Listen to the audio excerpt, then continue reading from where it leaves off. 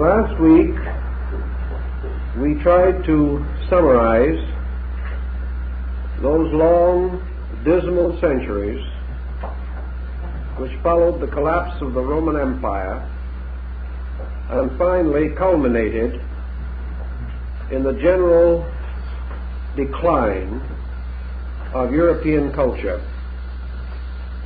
We pointed out that it would not be fair to say that nothing occurred between the years 600 and 1200 that would have an effect upon future time. The roots of all that came after had to be in this dark and rather dismal earth.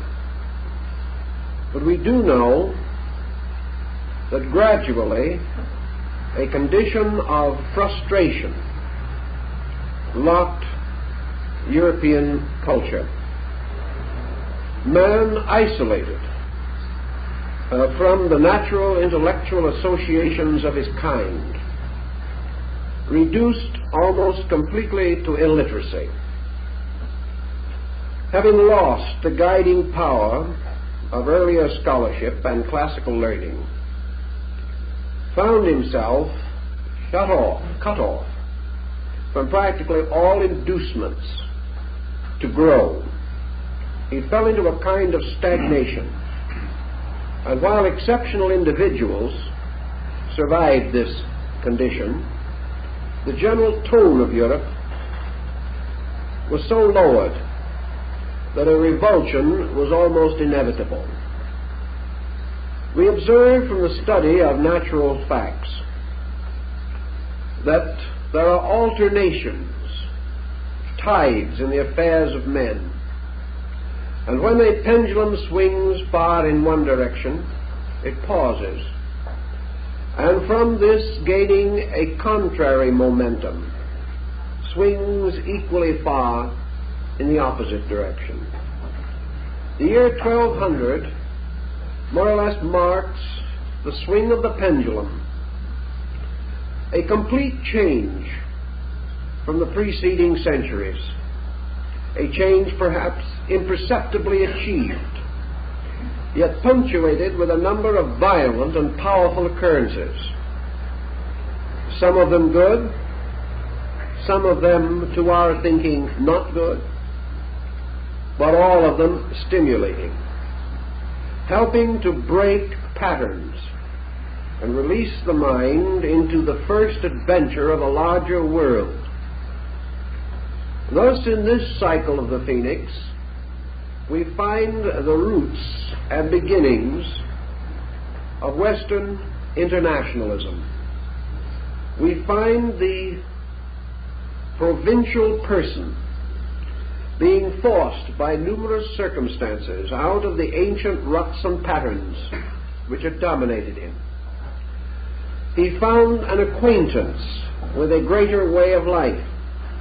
And having found this acquaintance, even though he paid for it with his life, the great motions of Western culture regained a better and more rapid pace. So we take the year 1200 as being a hypothetical point to represent this next return of the Phoenix.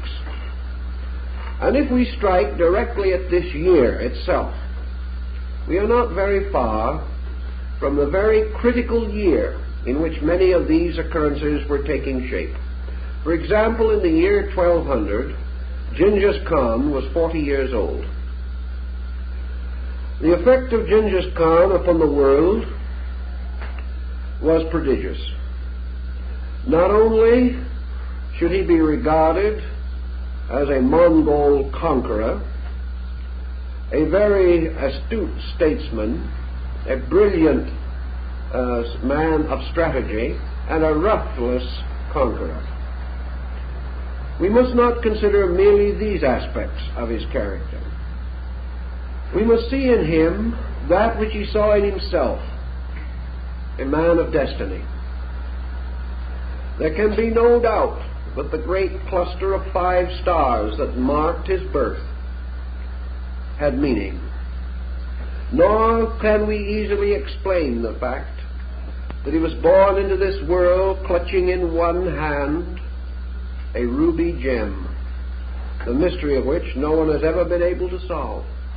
But obviously the soothsayers of the desert and the far places where his banners flew saw in these and many other portents the finger of fate pointing out a man. Genghis Khan was born of humble desert parentage. There was nothing in his background to indicate that he would sometime be master of 2/3 of the known earth. There was very little hope, in fact, that he would gain distinction. And by almost a miracle, his life was spared in childhood, hence the entire history of Europe would have been differently written. But Genghis Khan believed himself to have a mission. And as Khakan of Tartary, he signed himself King of Kings, Son of the Sun. He was driven by those ambitions which are quite usual to our Western concept, but not so prevalent to this degree in Eastern thinking. From him descended other conquerors, to mention two: Kublai Khan, the Magnificent, and Tamerlane, or Timur Shah, the Shaker of the Earth.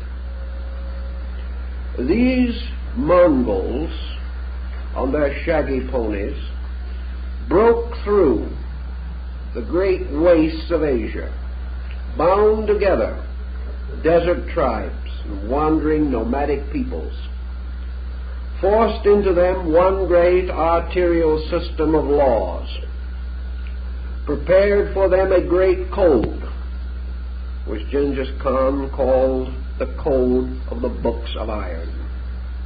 Now, this did not mean swords or military machines, but ancient tablets in which strange characters were inscribed upon surfaces of rough iron. The Books of Iron gave to Asia a great document of common law, of legality, of reasonable procedure in great many details. And if roughlessness afflicted great groups, those who came finally under the banner of the great Khans found life better ordered, merchandising safer, fewer bandits on the road, and furthermore, great inducements to travel, to study, to improve, to elevate themselves in various ways. Had Genghis Khan been a statesman over a stable empire, he probably would have been one of the greatest intellectual leaders of his time, perhaps of modern time. But so much of his life was spent upon the battlefield that he had little time, other than in abstract theory, to integrate the policies for the administration of the territories which he occupied. He did leave, however, a heritage to Kublai Khan.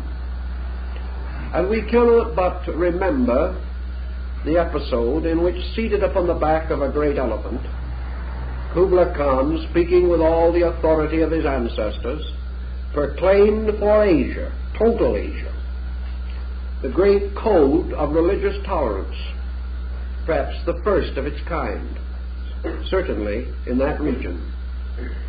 At that time, the empire of the great Khans cut through many religions: Brahmins, Confucianists, Taoists, Hindus, Buddhists, Muslims, Christians, Jews. They were all part of the great Oriental Empire that had been fashioned by the genius of a desert nomad.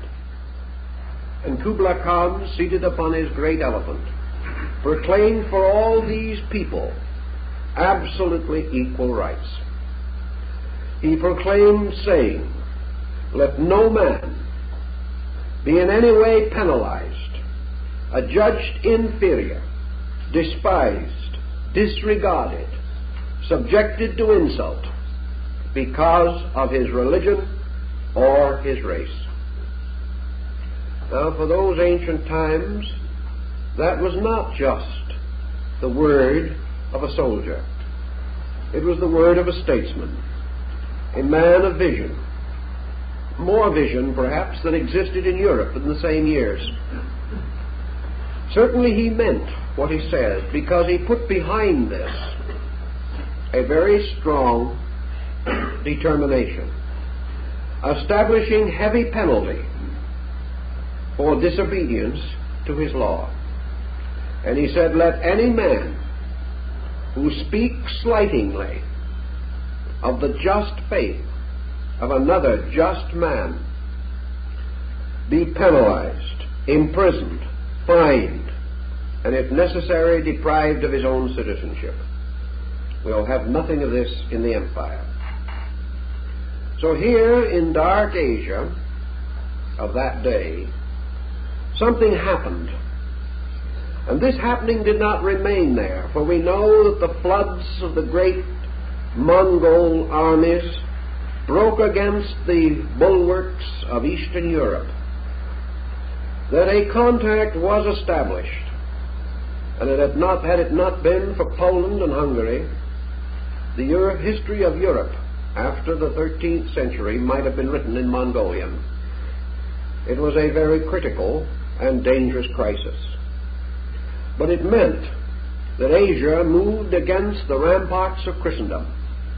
East and West met, not as friends, as it is true, but they met. And from this meeting became aware of each other, became aware of the values within each other. And when the great tide of the Mongol armies gradually subsided, certain remnants remained behind. And in the blood of many great Teutonic families is the Mongol strain. In many cases, fraternity, friendship, and affection sprang up between individuals, even in this difficult crisis.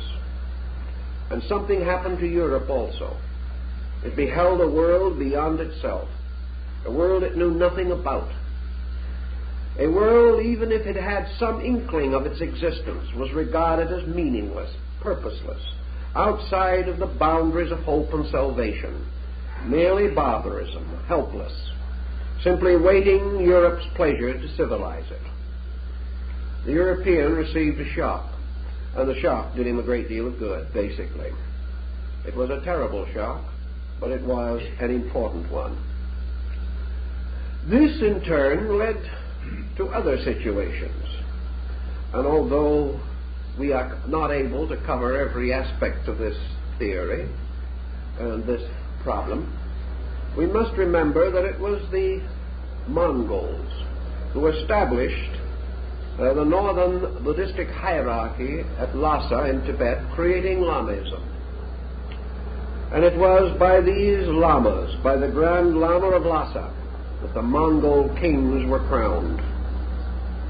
It was also the pleasure of the Mongol to bring into Asia European scholars, statesmen, and even a few rare travelers.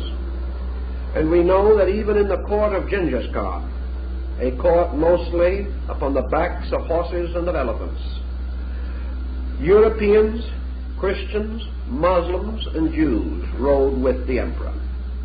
They were his counselors. They were in many respects his trusted advisors. And such was a precedent that continued even as late as the great Mughal Empire in India.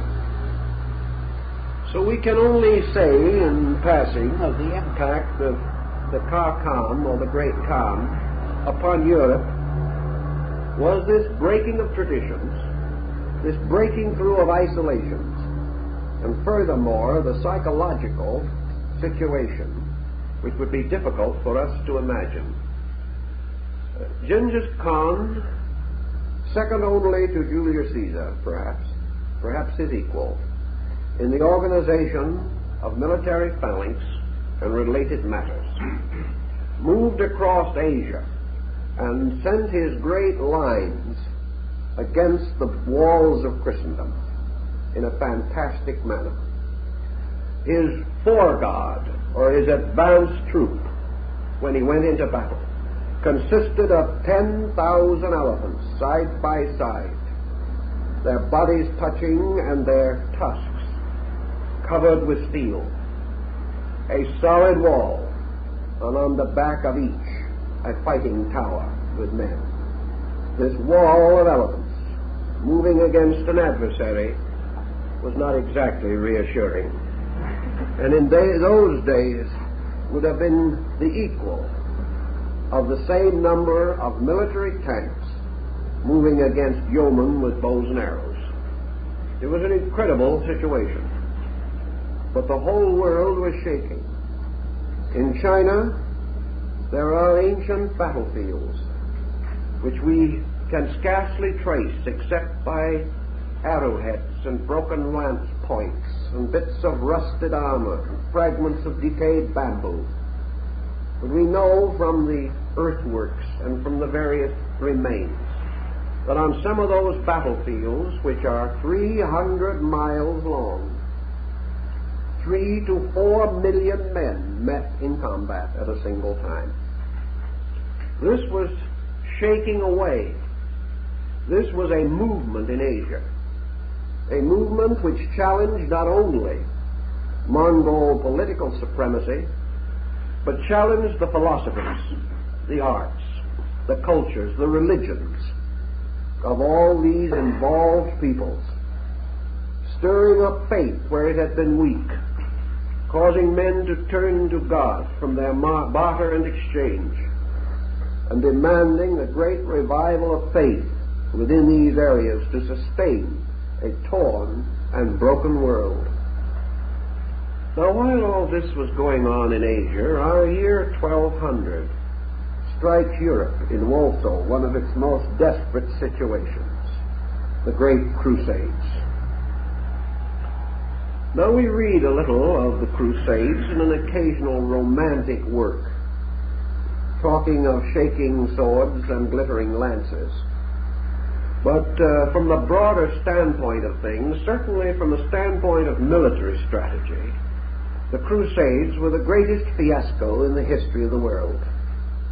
Nothing was a more dismal failure. Nothing went forth with greater hope, with greater glory, with prancing horses, silver armor, and coroneted knights. But as the Saracen himself pointed out, though Europe send 70 kings, Asia was great enough to be a burial place for them all. That's what happened. The Crusades were motivated objectively and presumably by the great desire to liberate the Holy Land from the holdings of the unbeliever. Here was an impact of religious prejudice such as we have never seen since and hope never to see again. Here also, ignorance rode in the vanguard and directed nearly everything. First of all, the Eastern man was ignorant of the Western man. The Westerner totally ignorant of the Easterner. Crude woodblock prints, drawings, and various literary descriptions indicate that Europe regarded the Moslem at that time as a dragon that belched fire and made horrible howling noises, and that he was little better than a low order of demon in disguise.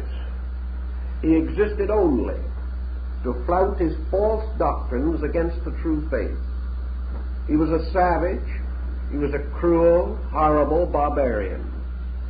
He was an individual less than a slave. He was of no account to Europe. And yet Europe was forced finally to meet him face to face by the machinery of the Crusades. The purpose for which these enterprises were created failed in every sense, but the greater purpose was ultimately achieved. At the critical time we mention, we are very close, within a few years, to the crusade that was led by the Duke of Montserrat and Richard the Lion-Hearted of England. One of the crucial crusades. Crusades had come a little earlier and were to continue a little later. But about all they were able to produce was a temporary kingdom of Jerusalem which lasted 15 years. Everything else was a dismal disappointment. Most of those who went forth on the crusades, except perhaps a few of the most aristocratic leaders, did not return. Families lost their loved ones and their support. Men went out to fight in the desert, and there they died, either from the skill of the Saracen or from the natural hazards of the region. In the midst of this tremendous emotional upheaval came the child or crusade, or the crusade of the children. Two groups attempted this. Children hardly out of their teens, fired with religious fervor, decided that they would go and save the Holy Land. These children were mostly captured and sold into slavery. Nothing happened except to break apart the little tight package of European isolation. In the breaking apart of this package, however, a very important achievement came, as we will see a little later. First of all, the Crusaders, going forth to meet these savages, these barbarians, these fire-belching monsters, found instead the highly cultivated peoples of the great empire of Baghdad, and those who had long been under the instruction and enlightenment of one of the most literate and advanced social groups at that time. The Crusaders, in the great crusade at the time we mentioned, came face to face with another Asiatic who proved exceedingly troublesome, and this was Saladin the Magnificent. Saladin the Magnificent outmaneuvered, outgeneraled both Richard and the Duke of Montserrat and all the other 70 princes and kings who had vowed that they would rescue the Holy Sepulchre. Richard was perhaps the most intelligent man in this crusade, and he finally came to the realization that he was dealing with an intelligent man. This was a discovery which the others had not made. And Saladin admired Richard. The men met under truce, became in a strange way adversaries and friends and mutual admirers, so far that Richard seriously considered the possibility of marrying a member of his royal household to the Saracen emperor. These men met with a full realization of their own mutual abilities and limitations. The Crusaders learned, for example, that their enemies were literate. They were not. They realized that these monsters, so-called, wrote poetry, studied science, measured the stars, developed great physicians, scholars, mystics, that they were the ones who could quote Plato and Aristotle into a Christian ear that had never heard either. It was a great surprise. And finally, when arbitration was arrived, and the roads of pilgrimage to Jerusalem were opened to Christians, it was not because of the victory of the Crusaders, but because of the religious tolerance and generosity of Saladin, who could see no good reason why those who loved their God should not have the right to journey to his shrine. So Saladin made possible that measure of success which marked the Crusades. But he did it from the bounty of his own mind, and not because he was required to by the circumstances of the time. The Crusaders, like most people, found it difficult to hate those they never knew, and also found it difficult to despise their equals, and often their superiors, in skill and judgment, and also in generosity of deeds, in chivalry, and in many fine points of gentry and gentility, which Europe lacked almost totally. Again, we find this strange emotion in man springing up.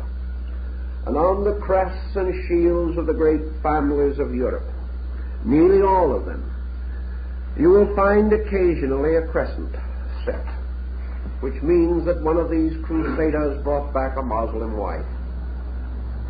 Also, the Muslims more or less opened their schools, their ways of life, their roads and courses to scholars from the West, showing very little revengefulness, very little intention or tendency to hold old grudges.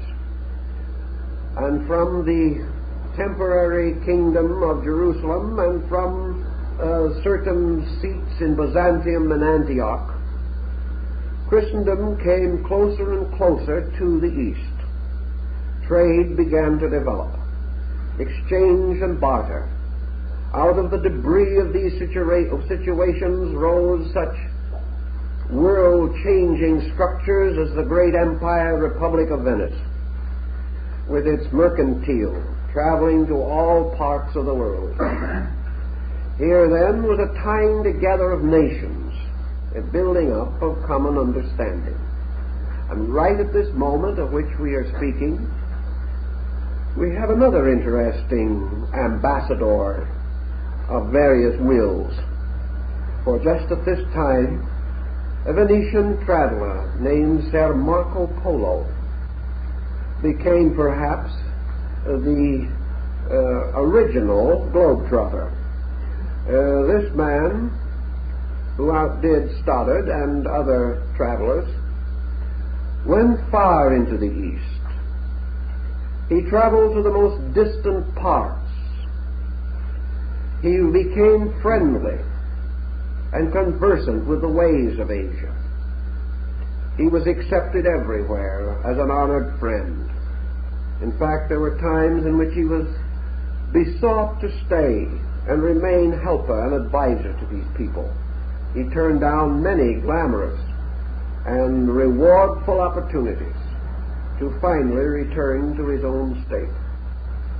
Returning, he dared to write the story of his trip, and he wrote the book of Ser Marco Polo. And this probably had an effect in Europe not much less than the Crusades. It was a bombshell. He described the splendors and glories of Eastern courts.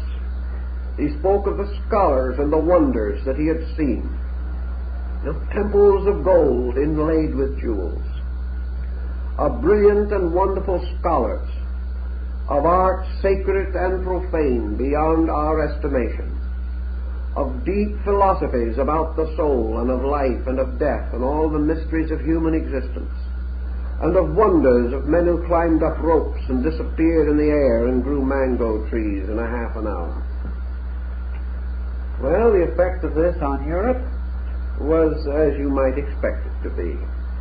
When Marco was on his deathbed, the priests who heard his final confession besought him with all fervor to admit that he had fabricated the whole thing and had been a deceiver from the beginning. But old Marco died, and it is said that his last words were, "It was true." They couldn't do anything with him. But his book gained an amazing popularity, and people began to think of this land beyond the horizon of the known as a great and strange and wonderful place. This also, of course, had its natural repercussions, because the very sound of words like gold and jewels and silk and spices and rare goods created much desire among the merchants and the rich, and it was only a couple of centuries later that we learn how the Dukes of Medici exchanged horses with the princes of China and Mongolia and were on very chummy terms with them. Another great break, a break that changed our attitude and began to reveal to us not a round globe, but a much larger flat one than we had ever known before. The round part was yet a little way off. That had not yet been remembered. Though as San Marco Polo was in the midst of his adventures, two things happened right in Europe that began to have long shadows upon future times. For at this time there was born perhaps the greatest leader of the church up to that period, and that was Thomas Aquinas, better known as St. Thomas Aquinas, the creator of a system of philosophy called Thomism. He was called the Doctor Angelicus. He was the greatest scholar the Roman Church ever produced. Had Aquinas been born in another time, he might have followed in the way of Einstein or Jeans or one of the other great scientists of today, because he was a born scientist. But as he came in a time which was closely confined within the narrow boundaries of his faith, he could only operate within an area of sanctified ground. But in this area he created prodigious results, and he began to move religion out of the Dark Ages, out of the completely locked condition in which it had descended, largely due to the prevailing illiteracy and the impossibility of a broad perspective on any subject. It is not a case of where, as some may think, the church was trying to strangle Europe. Europe was nothing to strangle, and the church had no power to strangle it with. The clergy and the laity were dying together of plain ignorance, and there was no one wiser than the others to save the situation. A very provincial attitude had complete control. But about the time we mentioned, just around the year 1200, we begin to see the breaking through of things. Part of the breaking through was done by the blessed Albertus Magnus, Albert the Great, who was the master of Aquinas. Albert the Great apparently was great of name and great of nature, but small of stature, because on one occasion when he was receiving audience with the Pope, and the Pope had finished blessing him, the Pope said to him, "Albertus, rise." Albertus said, "I'm sorry, Your Holiness, I'm already standing up," which would indicate that he was not a very large man. Aquinas was quite different, inasmuch as Albertus Magnus was very much given to mysticism, to Bible studies, and to alchemy. Aquinas did not go into the alchemy, nor into these other situations, but he brought out something that was about due and certainly saved the church. The point that he made, and the summary of all of the philosophy of Aquinas, is simply this: that there are two parallel roads that lead to truth. One is faith, leading to revelation, and the other is reason, leading to philosophy. These two are not incompatible, because at a certain point, faith and reason in their ultimate form mingle again, and from philosophy and revelation united, man perfects his insight and achieves all that man can achieve. By reason, man conquers all things around him. By faith, he achieves identity with all things within him. and man between the within and the around finds equilibrium by the balance of the heart and mind. Now, I must admit that we are saying this in a manner somewhat simpler than Aquinas did, because it took him several thousand pages of bad Latin to do it. But this is the substance of his idea. And what did it do? It presented the church with a pattern called scholasticism. And this pattern, scholasticism, was to break and overthrow the earlier forms of church philosophy which had arisen around the teachings of St. Augustine of Hippo. And this Augustinianism we call patristic philosophy. The scholastics relieved man of the patristic limitations and bestowed their own upon him. These limitations did not pinch much at first, because the new bread was overwhelmingly helpful and hopeful. But in the course of time, and with human minds closing always around ideas and strangling them to death, scholasticism also fell into evil times and ended by a critical, analytical, literalistic attitude toward everything. It was therefore necessary, about 600 years later, for scholasticism to be broken apart in order that the new phoenix of humanism could arise from the ashes thereof. But in that time, scholasticism, which for some reason that is not entirely clear, perhaps the personality of Aquinas himself, which was a very positive one, but at that time, in the presence of many privileges and opportunities, the church decided to follow him. He gradually gained in precedence. His philosophy became the official philosophy of his church. And this philosophy naturally divided into two parts. It emphasized the tremendous importance of man's internal life. It pointed out and justified the earliest patristic ideas on monasticism, on the life of poverty, on asceticism, and things of that nature. In this way, it did not interfere with the idea of the church of the great need of man for spiritual salvation through repentance and through the purification of his life. On the other hand, the teachings of Aquinas made possible the gradual integration of man's knowledge of things outside of him.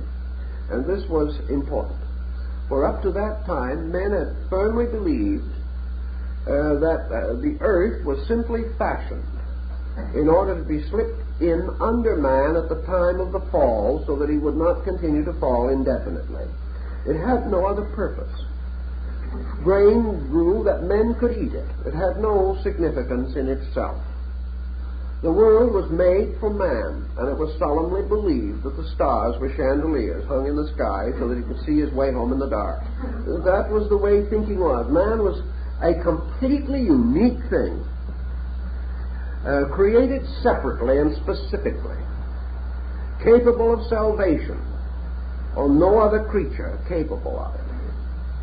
That man had a kind of life that separated him from all other kinds of life and made him master of them all by the mere circumstance of his own existence. Man was indeed a total and complete Brahmin. The world was fashioned merely for his use and pleasure. Nothing else was of importance. The things that happened in the world were not the result of climate or of laws or of processes or of cause and effect or of vigilance and neglect. They were all dynamic, miraculous happenings of providence.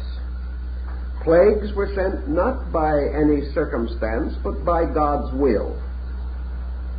War, suffering, death were all simply experiences to test the faith of man. They had no other important value. Man's complete allegiance to God was subject to a little controversy, however, in one particular. The early church recognized, because of biblical statement, the importance of the physician. And the only branch of learning that did not fall to pieces was medicine. Not that it had a particularly good integration at that time, but a certain amount of moderate progress was permitted. And one of the old church saints tells us that we have our allegiance unto the physician, next only unto the Lord. Well, today we're not quite certain of the inspired nature of the American Medical Association, but we're willing to be convinced if they can do it. But in those days, the physician really had it rather well, you know, because he was next only to the bishop, and his word was law. As Paracelsus pointed out a little later, however, although his word was highly valued, it is not certain that he said very much, at least anything of any great importance. Medication consisted of bleeding, purging, various kinds of poultices, and almost totally the theory of treating the area that hurt the most. There was really practically no general knowledge, no autopsy was permitted, no dissection was known in Europe, and the healing arts were in the keeping of a combination of the doctor, the barber, and the local butcher. Incidentally, the cesarean section was performed by hoggelders at that time. A good doctor did not wish to have the unpleasantness of having his robe spattered with blood. He came in robes with a velvet cloak, a tall conical hat, and a girdle of gold. And usually when he diagnosed, he sat several feet from the patient and touched his body with a long wooden stick. You can imagine how you could take a pulse through a fishbowl. But anyway, it was the practice of the time. So this wasn't doing too well, even though it was sanctified and privileged. With Aquinas, the mood changed. The way was prepared for man to recognize that religion did not prevent him from being a lawyer, a judge, a merchant, did not mean that he could not or should not read and write. Also that it permitted him to study a little dialing or a little geography or a bit of navigation if it pleased him. He could study, he could become learned. The professor was born somewhere in this mystery and confusion of things. And the professor began to have status, almost equal to the doctor. By degrees, the rights of learning and education excited men into the research in sciences. And as might be imagined, they came with great naivete to the subject. At that time, science had no scientific foundation. Some observation, a great deal of tradition, and a little sorcery would help. So your scientist in those days had bottles in his laboratory and went out at night and invoked demons at crossroads. Those seem to be the best ways of finding out things. And as we know, almost every form of progress has been directly or indirectly attributed to the devil at some time. This gave rise to a number of pseudosciences, to a great deal of speculation, but it also made possible the gradual introduction into Europe of the standard texts of the Arabic writers, who were very much further advanced.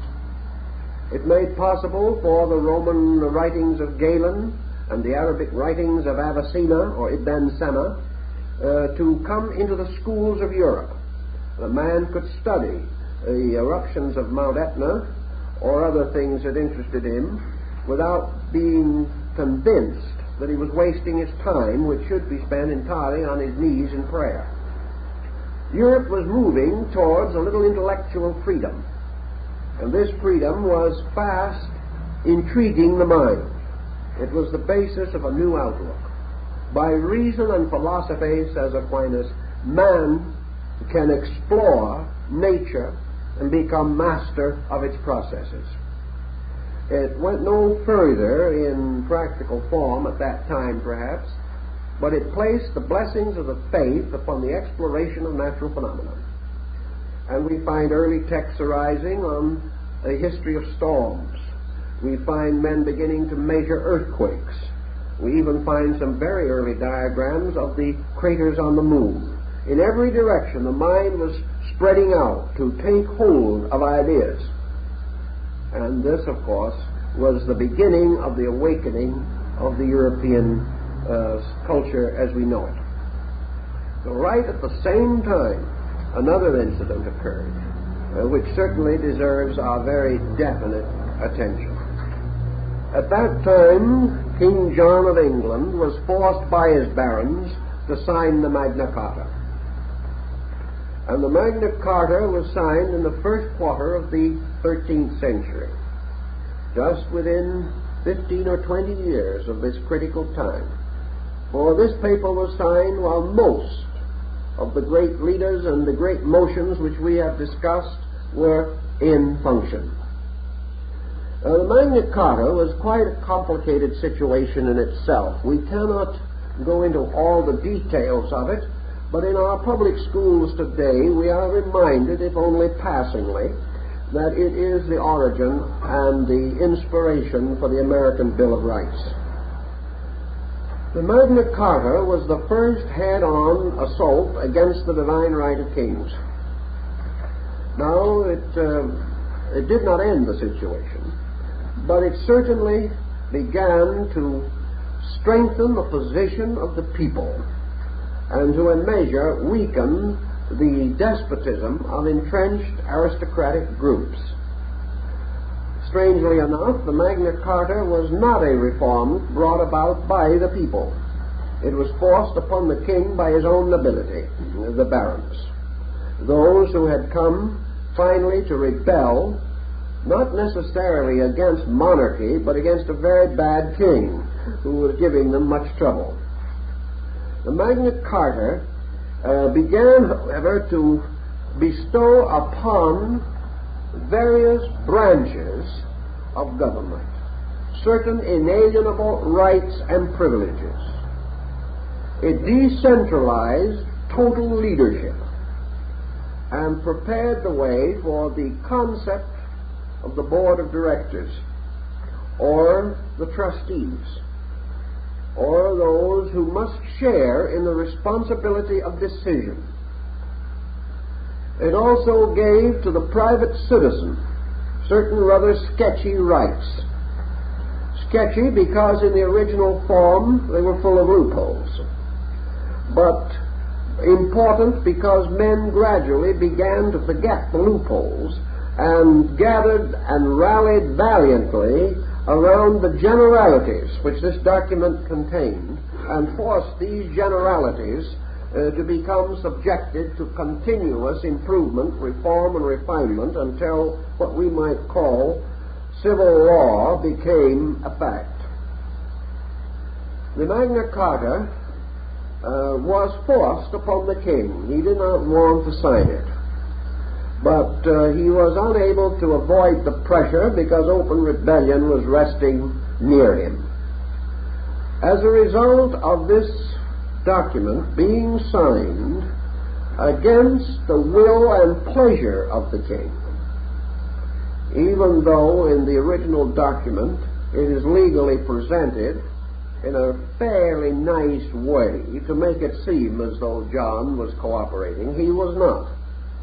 He had no traffic with the idea at all, but he could do nothing about it. As a result of this, immediately the Church of Rome, which at that time, of course, controlled kings and commoners, thundered out its objections, rejected the Magna Carta totally and forever.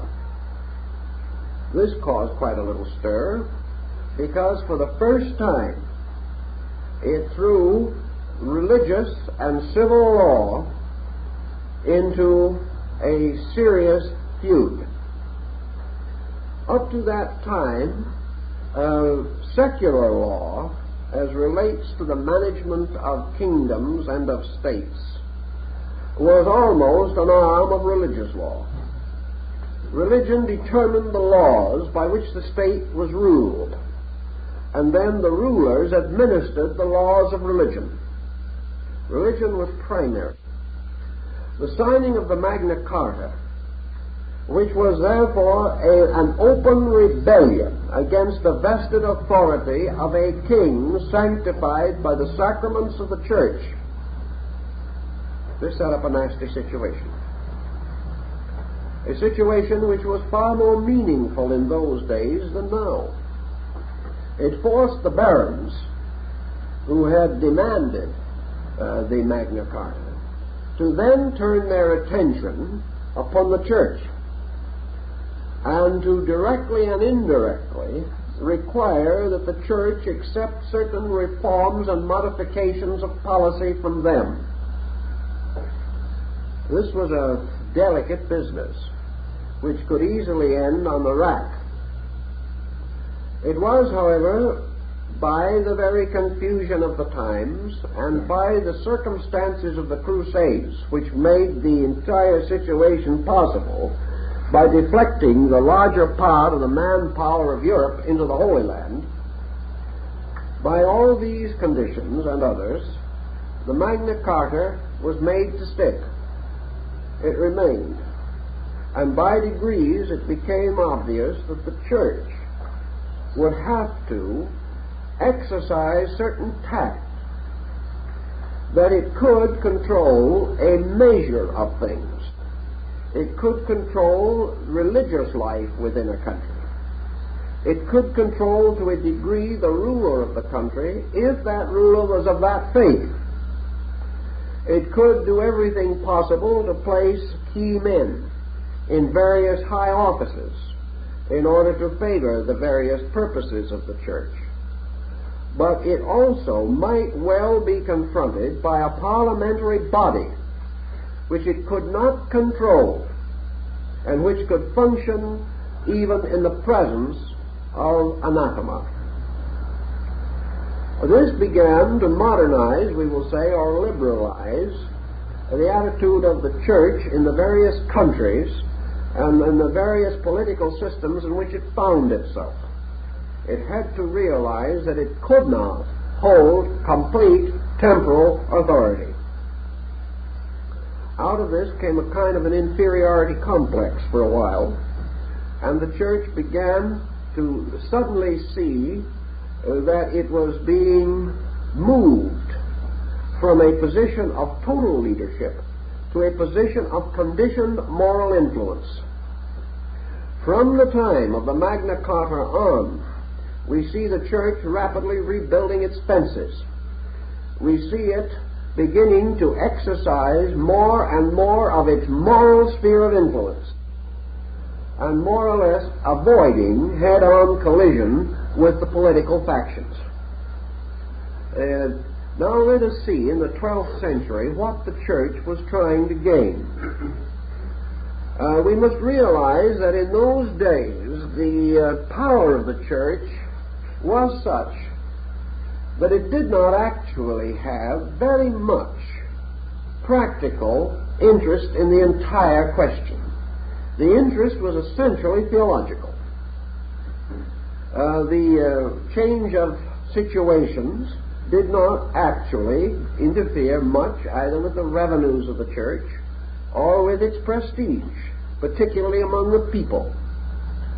Its real cause of concern was the fact that it honestly believed, no doubt, that as the shepherd of men, that it had a moral responsibility, and this responsibility was to govern the conduct of all men, to preserve as far as possible their obedience to the canonical law.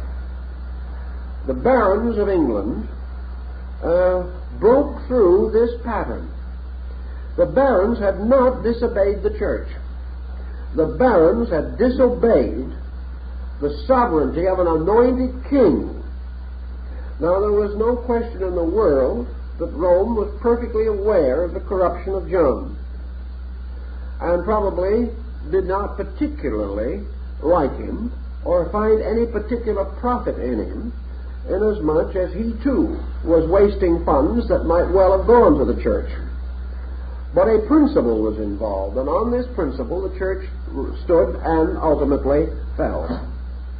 It would not acknowledge the right of man to question that which had been duly and properly and crowned and throned and sanctified unto God as a ruler.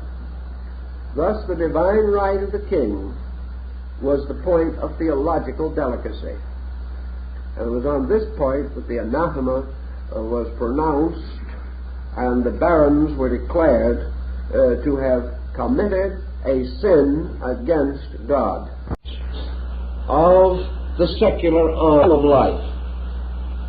These aristocracies were for the most part nominally Catholic, and many of them produced great treasure, benefit, and glory for the church. But these families, growing into power, also held certain rights apart from the church, and the privileges of these rights became more and more sedulously protected. The individual was determined to preserve such freedoms and opportunities and rights as were his own.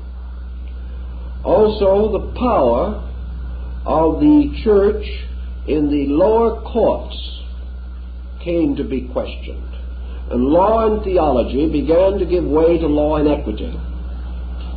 And we find the criminal no longer judged by God, but judged by a jury of his peers, a jury selected of others like himself, man passing upon man and his conduct, not God arbitrarily declaring justice and injustice. All these patterns now, as I think you will see, made a rather strenuous century.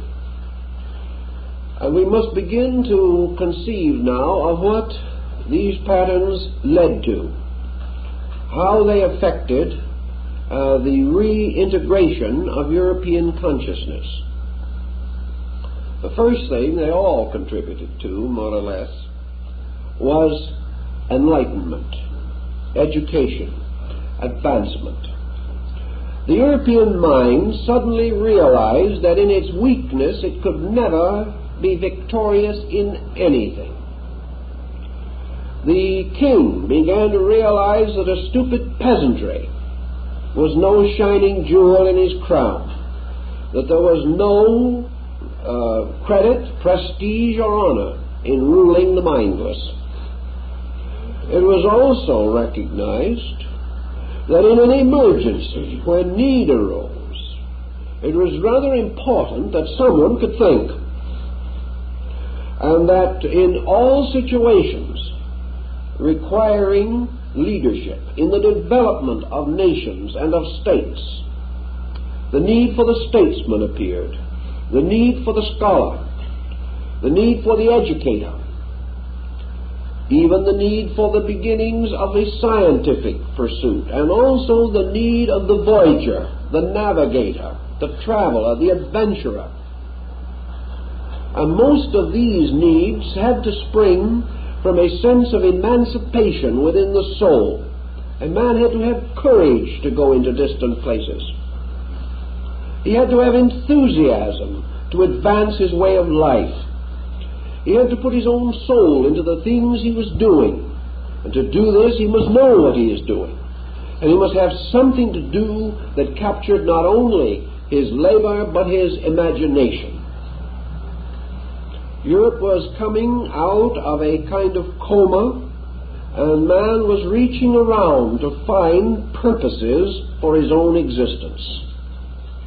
He found some of these purposes in the defense of his faith, as in the Crusades, in which, although he was not really defending because he was in an offensive position, still he believed he was defending. He believed that he was making the greatest possible sacrifice for the greatest possible good that he could conceive. But out of the crusade, something else was happening that was to affect the whole situation also. During the Crusades, we have the most polyglot administration of situations recorded in history. And from the ample perspective of his great divan in Baghdad, Saladin made a very astute remark, namely, that the European or Christian crusaders were not defeated by the Saracen alone. They were defeated by the confusion of unleadered mobs, the complete lack of understanding, of leadership, and mostly of cooperation. All these little individuals carrying their feuds to the walls of Jerusalem and killing each other before the Saracens could shoot them down with their bows and arrows. This was one of the tragedies of the Crusades, and this is one of the reasons why the Arabs, though technically, in many cases, in an inferior position, were able to win. First, they had a cause. They were protecting their own land. Secondly, they had a conviction, their religion, which was strong within them, and which bound them not only to the faith, but to the protection of its sacred places. And even more than this, they had 500 years of education by which they had learned to work together and had buried their own feuds. They had been fortunate, of course, in having a leader that they commonly respected in Saladin. Europe had no such leader that it commonly respected. So we see for 200 years nearly the manpower of Europe drawn off into the Crusades. With this manpower, because of the nature of it, went not only the yeomanry, the serfs, and bondsmen who worked upon the lands of the lords and barons and counts and dukes and princes and whatnots, but also the aristocrats themselves. At the head of each of these little processions of soldiers going forth to holy war was a group of caparisoned knights upon their prancing horses. These knights were the gentry. They led the others. And as a result of that, the entire feudal system of Europe went out to die. Many of them, most of them, either did not come back or returned too late. Wars in those days were not 40 years or 10-year periods. Many of these men who went out to fight in the Crusades did not return, not because they were killed, but because they died of old age before they could get back. It was a situation in which there were ulterior motives lurking behind all of this problem. One of these ulterior motives was revealed by the remarks of Saladin. When all this gentry arrived at Acre and other centers along the Muslim front, these gentries were not on speaking terms. In fact, most of them hardly understood each other's languages.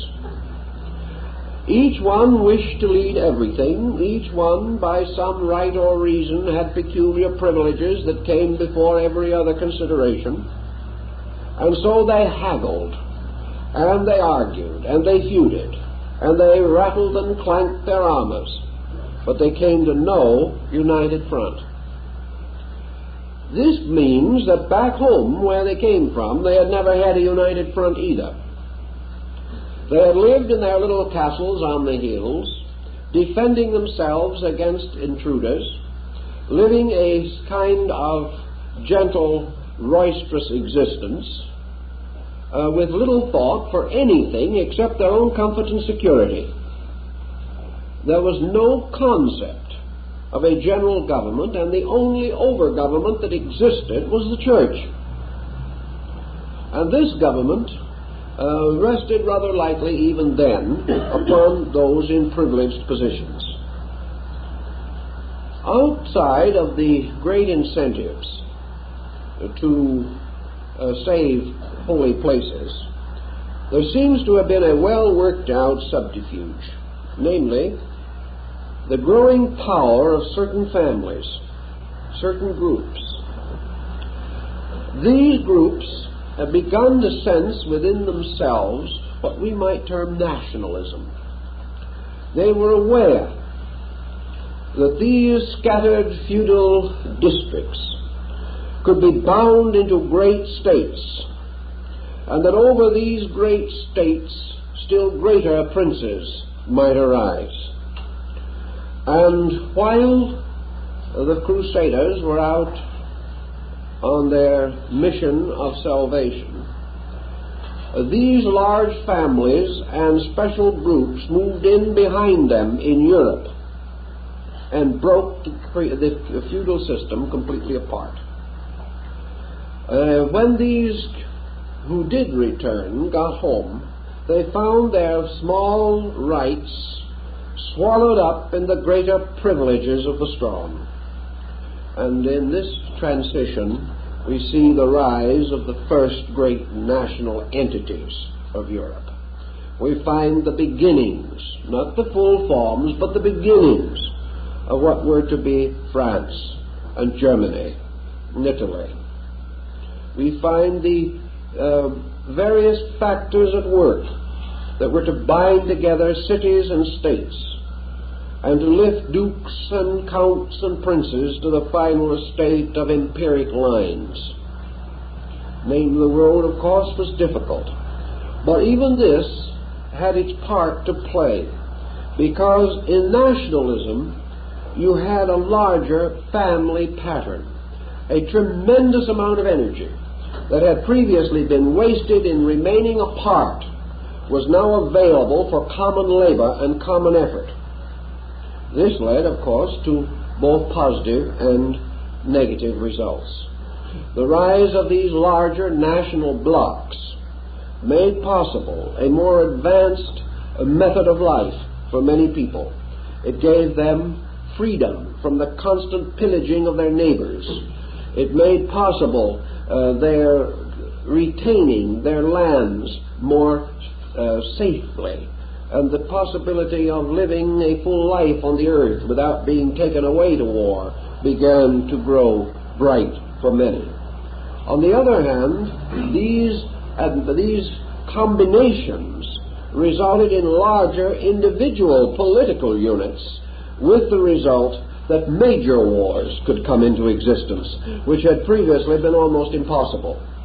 The only other way you could have had major wars was probably like the Crusades, a group of nations uniting on an objective. But now, comparatively large groups with powerful resources could be locked in wars for 10, 20, 50, or 100 years due to the slow movement of military machinery and military tactic at that time. So these became both curse and blessing. The walled city came to be of very little value, and most of the value that remained disappeared with another development which rose largely again in this critical period and was imported from Asia. And this was the so-called discovery of gunpowder. Now, gunpowder has had many uses, but one that we seldom realize or think too much about has been its psychological effect on the equality of man. Gunpowder ended, for example, the age of chivalry. It ended the knight in armor riding at the head of his group, fairly well protected behind a reasonable fortification of boiler iron, and almost invulnerable.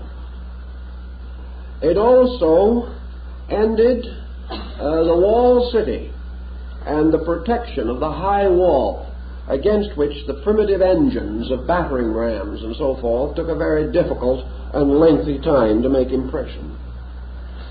Gunpowder made the humblest yeoman, the poorest soldier in the army, the one who might be responsible for the death of the king. This was psychologically very important and reformed entirely military tactics, with the leaders moving to the back rather than riding out in front. The fancy for riding out in front took a serious reverse. Gunpowder not only did this important thing, but it began to create vast uneasiness among the great. It became more and more obvious that the power of privileged groups to utterly and completely control peoples was fast disappearing. Prior to that time, with luck, the despot might have a comparatively smooth time. But with these changes, despotism became ever more hazardous, ever more difficult to maintain, and allegiances shifted their patterns. Just as the Church had been forced to a new position by the Magna Carta, so the principalities and dukedoms of Europe and their rulers were forced to a new position by the advent of gunpowder. It became no longer possible to control by force alone. The reign of force, the power of physical persuasion, the fear of physical retaliation, these began to lose their general effectiveness. And we find a very important psychological change coming, and that was the rise of government by persuasion.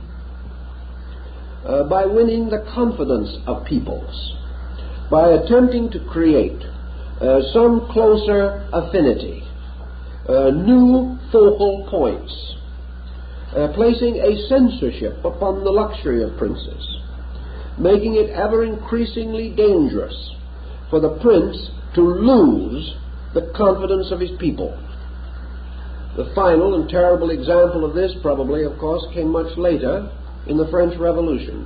But the seeds of the French Revolution were sowed at the time of the Crusades, for a new pattern, a new way of life was distinctly on the rise, and against this motion no one could exercise a truly restraining power. So for a moment, to summarize our Phoenix cycle pattern, we see how the period from 6 to 1200 resulted in the gradual falling apart of a world that had received a powerful impulse at the time of the rise of Islam. Islam, in the 600 years that followed its rise, integrated its own position, tied itself closely into the Eastern way of life, and came finally to such a powerful unity that it was tempted to attack Western civilization. During these 600 years, Western civilization had been more or less in a doldrum. The thing that really saved it more than anything else was its so-called barbarian fringe.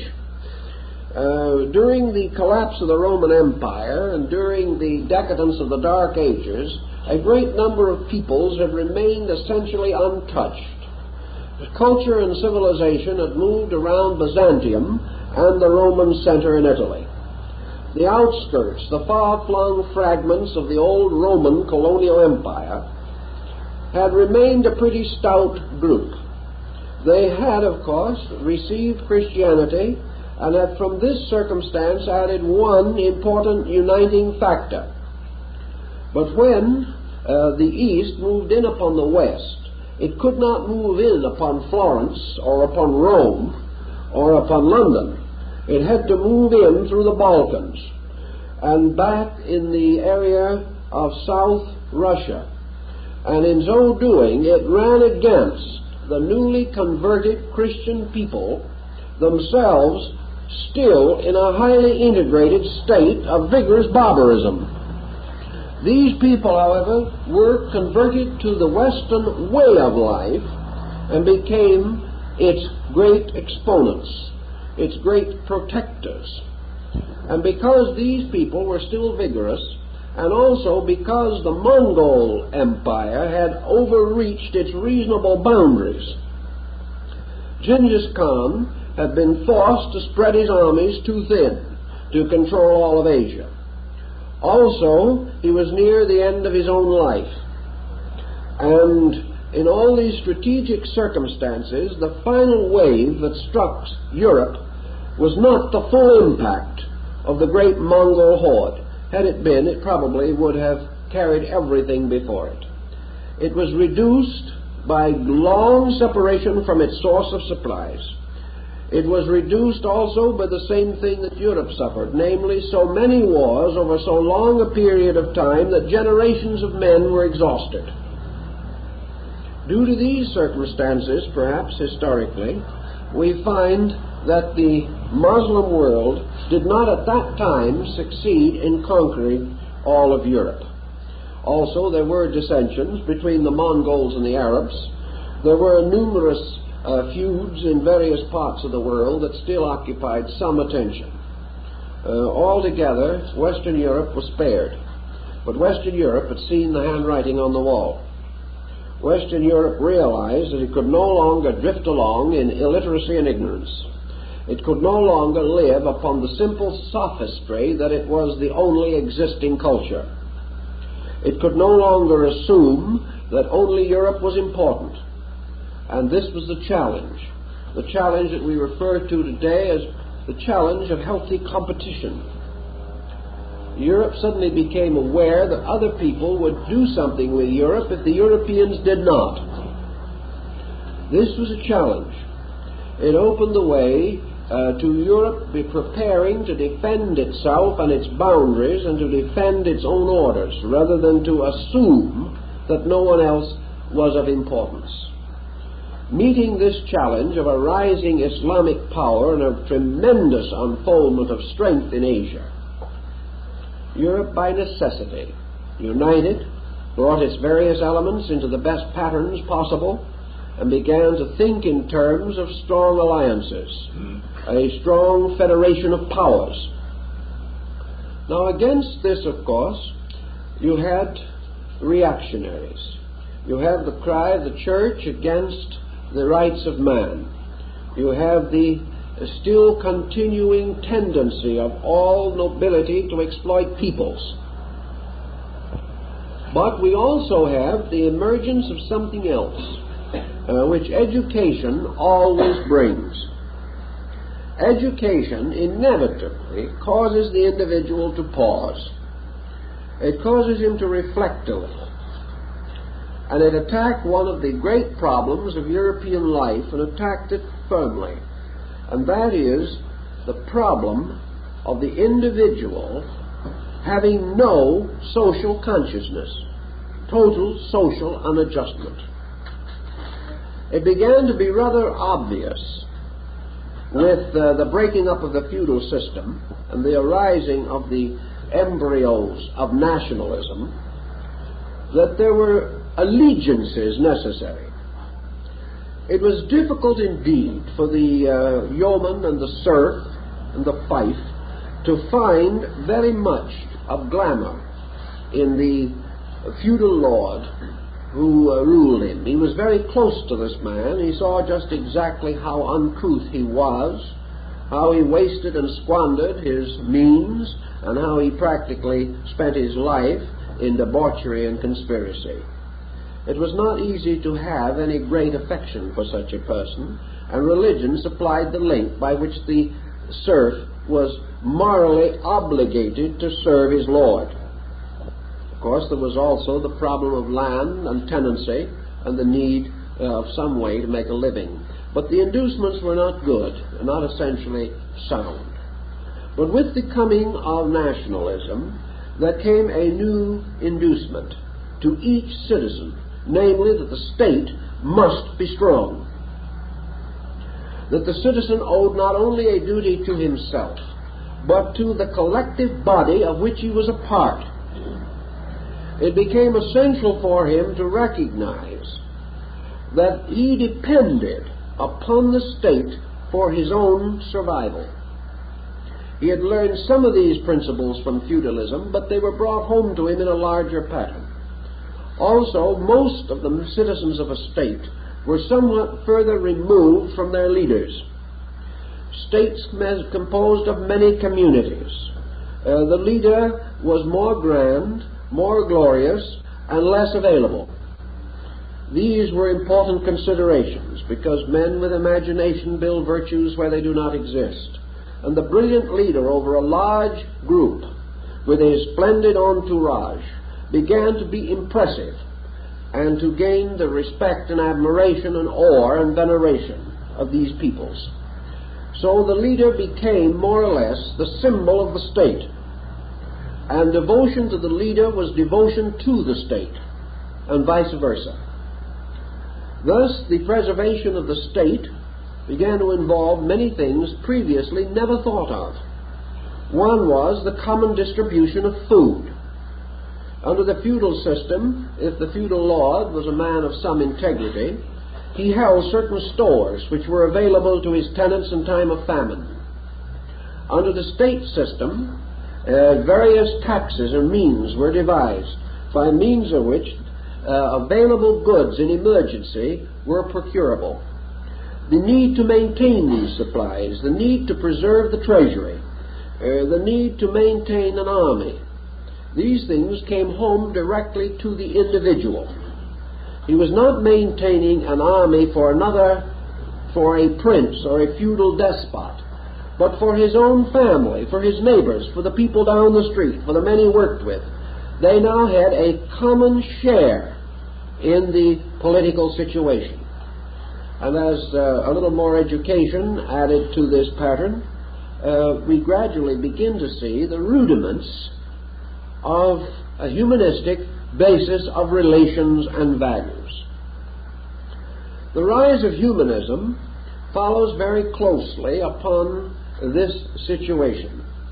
But our whole period of 600 years with which we are concerned leads approximately from the period 1200 to about the year 1800.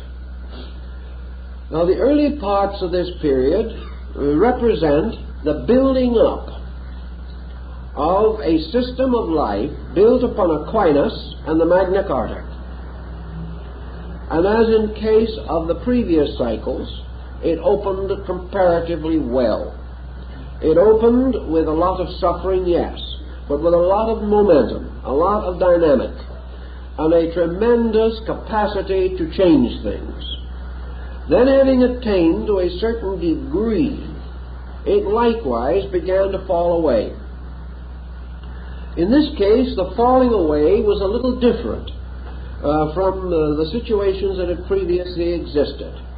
We are reminded a little bit, perhaps, of our present economic situation, where it seems perhaps to many persons that we are on the verge of falling away into a recession. Just when it looks as though a recession might even lead to a depression, we suddenly find an important change in policy of government. We find the emergency created by the advancement of electronics and the launching of the satellites suddenly seems to change everything. Whether this change will be more than temporary, we cannot say, but it brings in an unexpected factor, cutting through things. Now, the decline of Europe and its destiny between the 12th and the 18th century was made eccentric by a series of these unexpected factors. Factors which could have been prophesied as calculated risks, but the actual impact of these did not exactly meet the expectancy. The motion from the 12th century through the 13th and toward the 14th, this tremendous motion resulting from the period of the post-Crusades, the rise of Thomism, the motion of the Eastern culture into Europe, first by way of Byzantium, the returning Crusaders, and then upward from southern Europe, from Italy, from the Republic of Venice, from the great mercantile centers there, from the commerce of the Adriatic, and of the Eastern Mediterranean, and even North Africa. It moved into Europe and moved up through Europe into Rome, Florence, and finally into Germany and France. And this great cultural motion, which culminated in the most brilliant period in European medievalism, we know as the Renaissance. The Renaissance, therefore, was the golden age of the consequences of the Magna Carta and of Aquinas. The roots that were laid at that time, the roots of a larger, broader, and deeper relationship of things, the growing world of learning, the world of letters, the patronage of arts, the rise of great families, wealthed in many cases by the traffic with the East, the splendid concept of a wider world, the restoration of ancient arts, the effort to restore Greek philosophy, the effort to restore culture, tremendous things such as the great Florentine Academy of Lorenzo de Medici. Now everybody wanted to learn. Everyone wanted to know. Nearly 700 years of waiting to find out had created a pressure.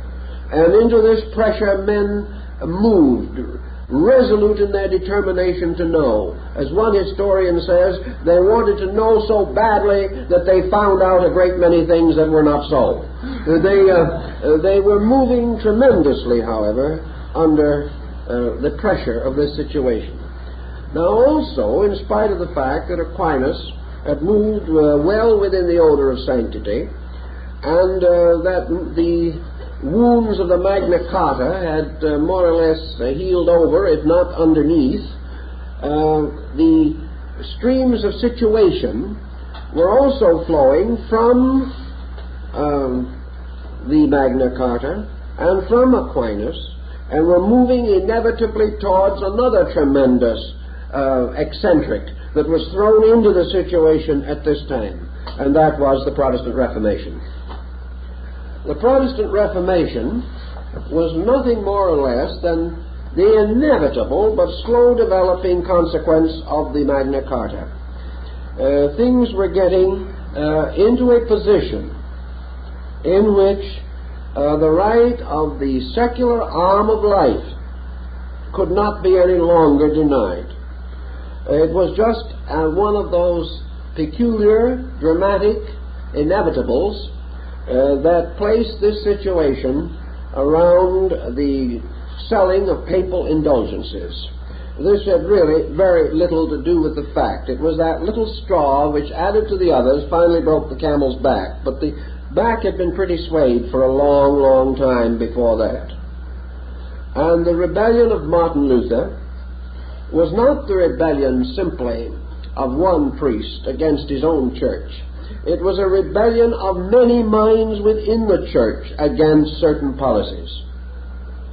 Therefore, one of Luther's nearest and dearest friends, a faithful son of the church and one who remained there, Philip Melanchthon, became also another powerful arm of the Reformation. The Reformation arose not only outside the church but within it, as a result of the gradually rising level of literacy and of general knowledge and the broad use of the leverage provided by the rationalistic philosophy of Aquinas. It was now possible to think and be orthodox at the same time, a most amazing and incredible state of circumstances, and people were making the most of it. This led to what might be termed the glory of Europe. Here we find the great families vying with each other now in the extravagances of their contributions to culture. We, of course, don't doubt that they also held a few private funds for other uses. But certainly they were building galleries. They were working in various fields to encourage arts, to bring the people into a greater participation in the crowning glory of a Platonic Athenian commonwealth. And we find even some of the reactionaries talking in the terms that Florence and Rome would be the new great cities that corresponded to Athens and Alexandria in the ancient world. the dream of classical learning had come on with tremendous impact. Now, classical learning also presented a problem, because in this case, in the 14th century, early 15th century, classical learning was a birth out of time. It was no longer in its own world. Actually, the Medici and the Borgias were not very close in their resemblance to Plato and Aristotle. They were a different breed entirely. They had different motives. They were not the simple, homely, underpaid and undernourished philosopher of the Greek school. They were not another barefoot Socrates. They were princes who became dilettantes of learning. Learning was a jewel in their crown. It was not something that changed their lives. It was an ornament. And this resulted in another direction, which was to hit education and to remain even to this day as an unsolved mystery. And that is how to get knowledge out of a man's head and into his life. That is still an unsolved riddle, and promises to be so for quite a time to come. But it was getting into the heads of the Renaissance men. And they were also beginning to recognize a very important factor, namely man's power to change the destiny of man. Heaven had been set back a little by the circumstances surrounding Savonarola and Bruno and other scientists within the church. Men who had begun to recognize the importance of this thought of Aquinas, that we should begin to explore the universe.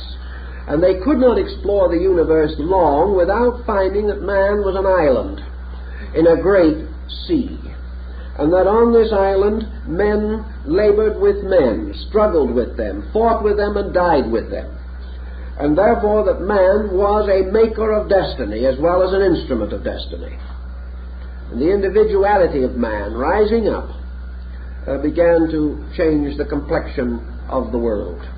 The Protestant Reformation had a profound effect upon Christianity. Now, some of this effect was important, some of it was good, and some of it was very bad.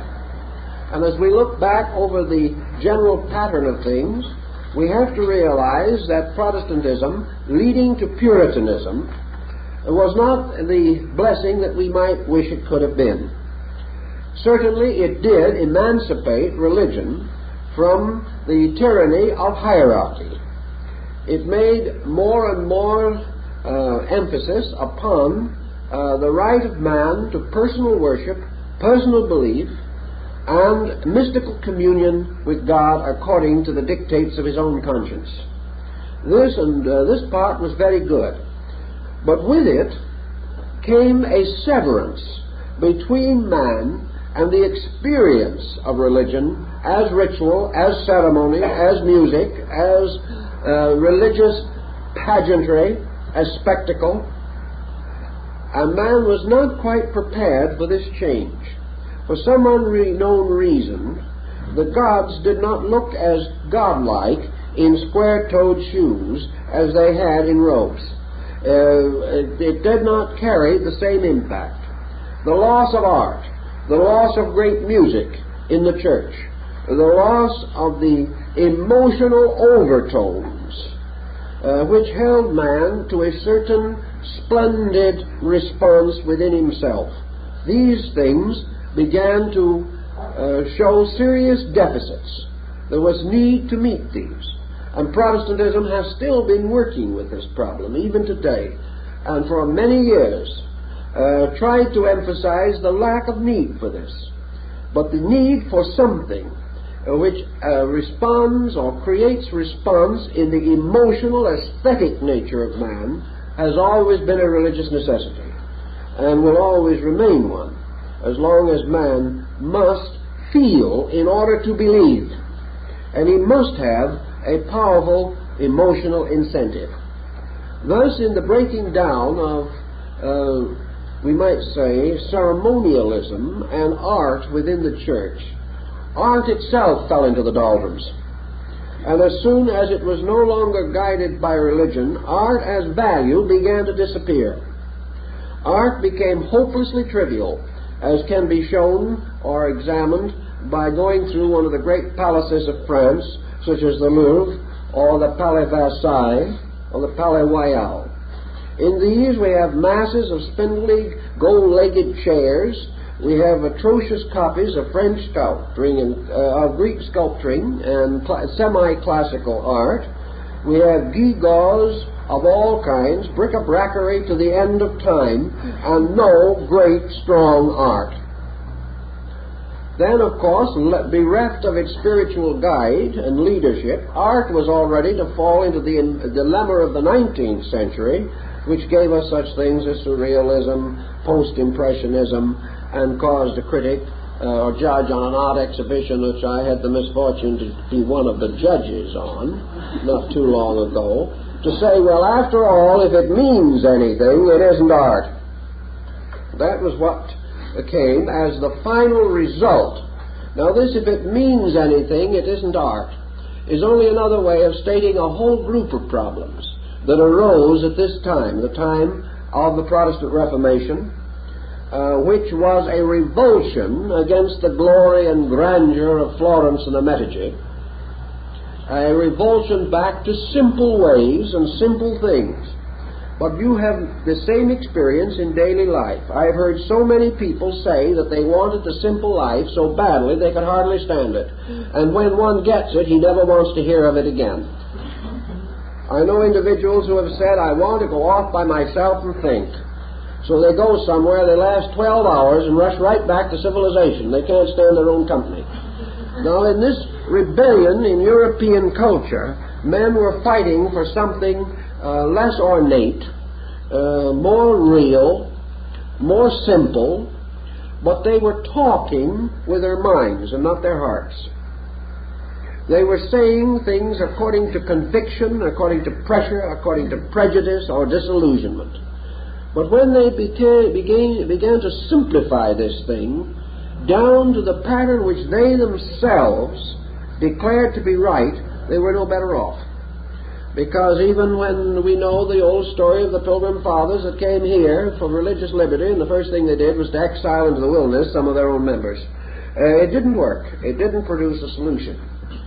But other factors now were also beginning to conspire.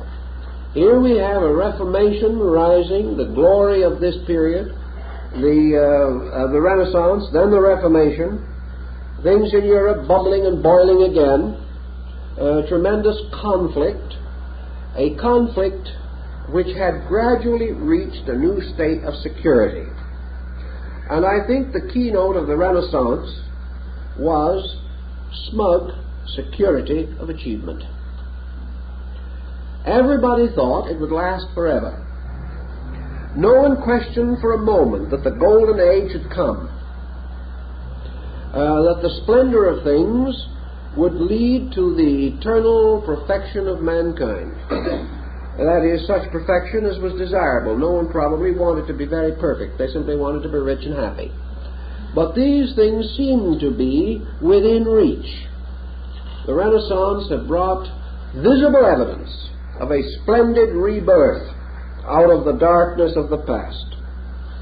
Under this splendid situation, the thing happens that always happens.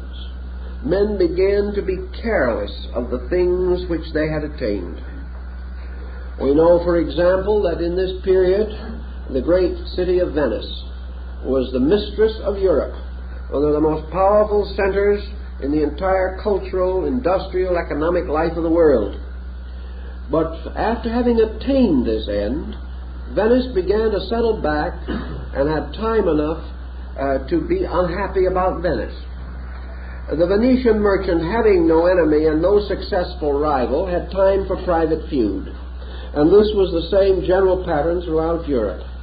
This glory increased avarice.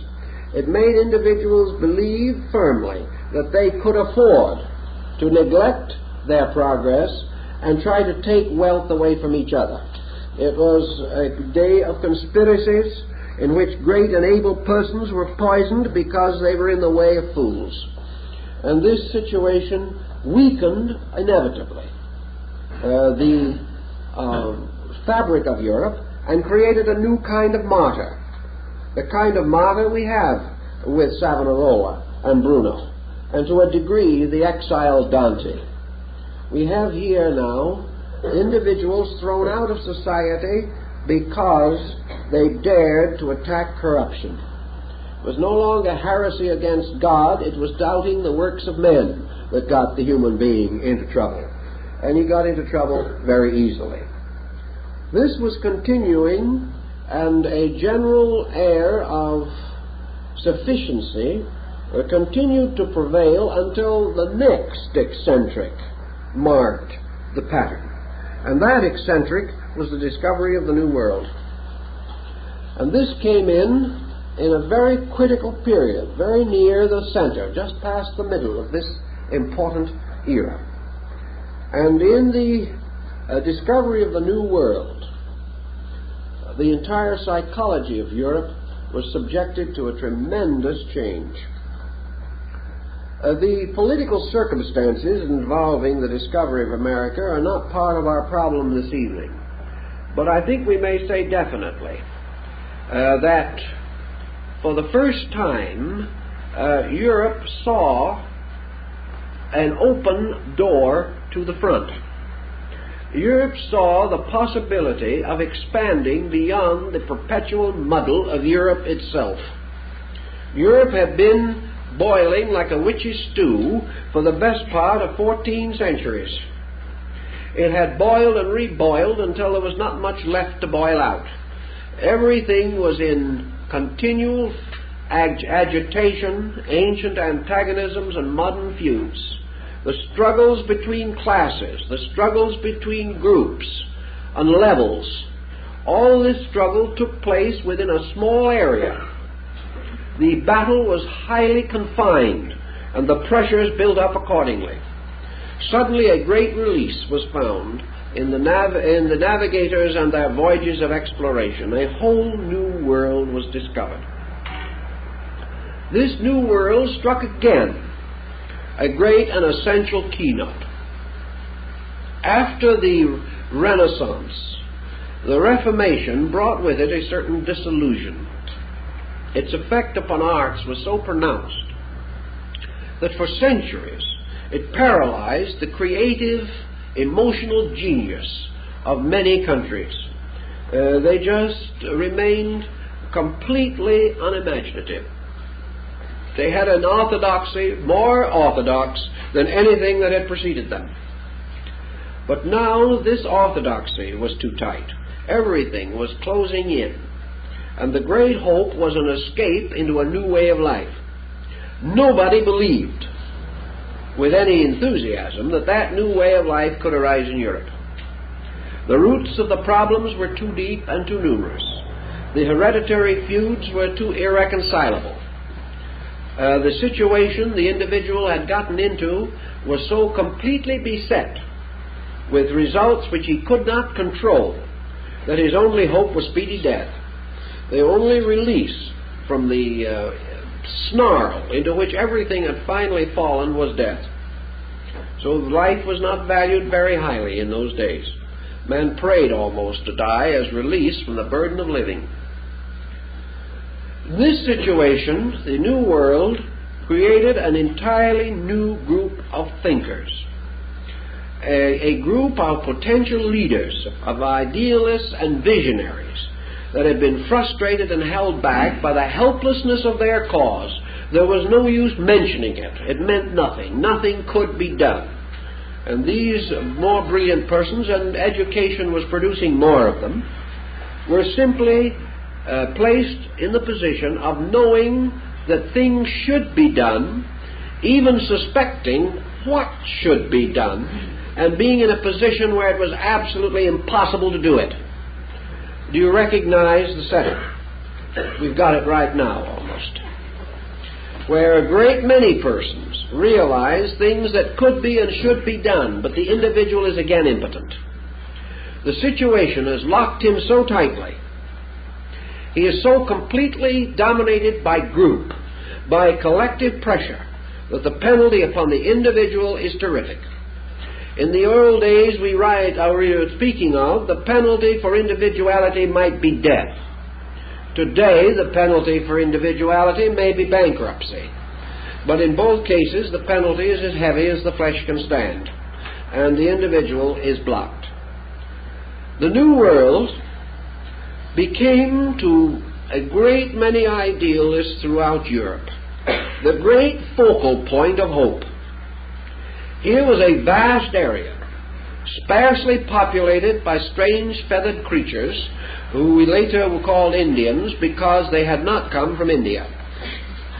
These peoples obviously were not developing their natural resources very rapidly, and vast areas of good land awaited those brave enough to hazard the long and dangerous journey in a small boat dependent upon rains and winds and tides, and would have the audacity to try to establish a way of life in the New World. Of course, here was a combination of circumstances also, because at that time we had a strong reactionary group moving into the New World. Exploration at that time was very largely under the control of Spain, and Spain at that time was still licking the wounds of the Inquisition.